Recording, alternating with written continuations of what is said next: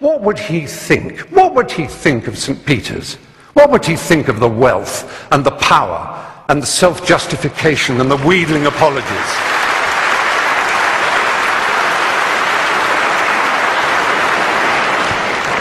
The Pope could decide that all this power, all this wealth, this hierarchy of princes and bishops and archbishops and priests and monks and nuns could be sent out in the world with money and art treasures to put them back in the countries that they once raped and violated.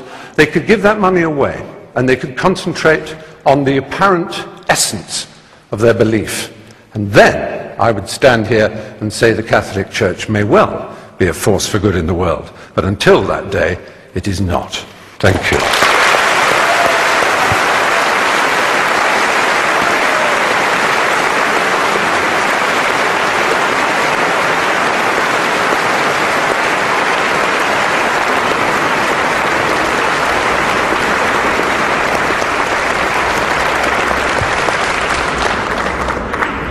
Well, Stephen Fry, thank you very much. So you've heard all our four speakers. It's going to be your turn, the audience, next. And I'll give you a couple of minutes to think about what you want to ask our panelists, any questions or comments you may wish to make. Because I'm going to give you now the result of that vote that you all gave when you were coming in here to Central Hall. The motion is the Catholic Church is a force for good in the world.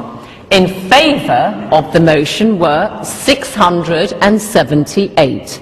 Against the motion that the Catholic Church is a force for good was 1,102. Big difference. However, 346 of you were undecided. So, Archbishop and Anne Widdencombe, you're going to have to not win over the undecided, but actually convert some from the other side. Let's see if we can sway any opinions here amongst all of you by listening to some points that you wish to raise with the panel. And then we're going to ask you to vote again. Now, put your hand up if you want to speak. A question. Could the lady with the spectacles, yeah. I would like to ask Mr. Hitchens if he is only against the Catholic Church or against all religions. Okay, go back there, the lady in the pink. Hi there. This is a question for Christopher Hitchens. Many people today feel that we're really living in some kind of moral crisis, and you can see that all around us. Now, if one thing the Catholic Church does do for good, in my opinion, is give us the Ten Commandments, a very basic, obvious way of giving us some kind of moral guidance. Would you not agree with that? Yeah. The lady in front began by asking me, do I reserve this condemnation only for the Holy Roman Church and not for other Catholics, for example, like Byzantine Catholics and Protestants and so on? I think they're all the same equivalent glimpses of the identical untruth. Now, of the commandments, the first two or three are entirely about fearing the author of the orders. Entirely about being terrified of someone who you're enjoined to love. I don't know about you, ladies and gentlemen, but the idea of compulsory love has always struck me as a bit shady. Especially if you're ordered to love someone who you absolutely must fear. So the first three are, look out for me and keep at least one day of mine where you'll be terrified full time. Anne Widdencombe, Ten Commandments, firm bedrock of moral teaching. I would have thought it quite obvious that the Ten Commandments set out a blueprint for a moral and successful society. Let us just look at some of them. Honour thy father and thy mother. Think of today's disrespect. Thou shalt not steal, thou shalt not kill, thou shalt not commit adultery, and thou shalt not covet. Tell that to the bankers with their bonuses. Okay, Archbishop, do you want to come in briefly on this? The Ten Commandments are in the Bible, but my father knew it before he became a Christian.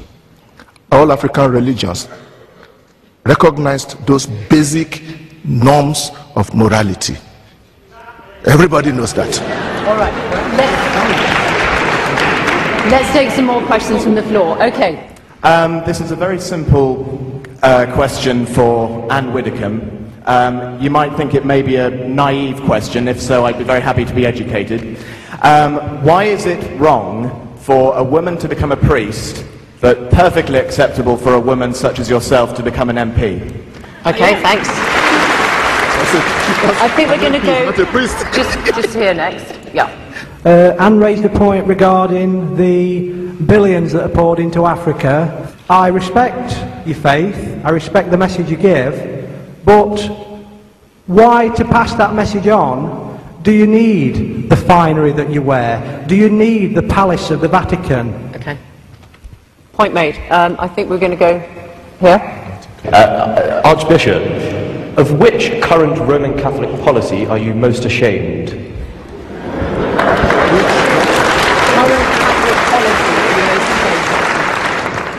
I don't know whether you are serious in that question or you just want to provoke, because all our Catholic policies are not just dreamt overnight by the Pope or anybody.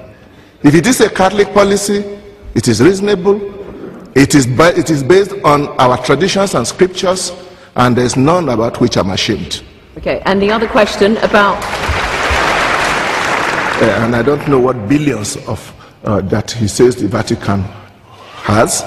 The billions of this world, I think, are not in the Vatican. We know where they are, and they are not coming to Africa. On the contrary, Africa has been sucked dry by those people, those multinationals. They are the ones who should be bringing our money back to us.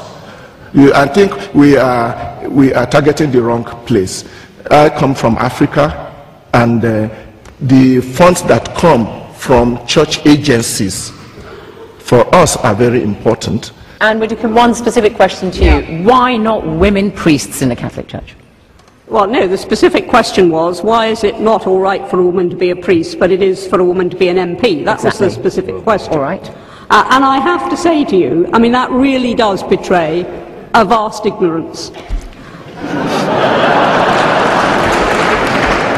A member of Parliament, male or female, does not stand in persona Christi at the point of consecration. But I don't believe that it is any more possible for a woman to represent Christ at the point of consecration than for a man to be the Virgin Mary.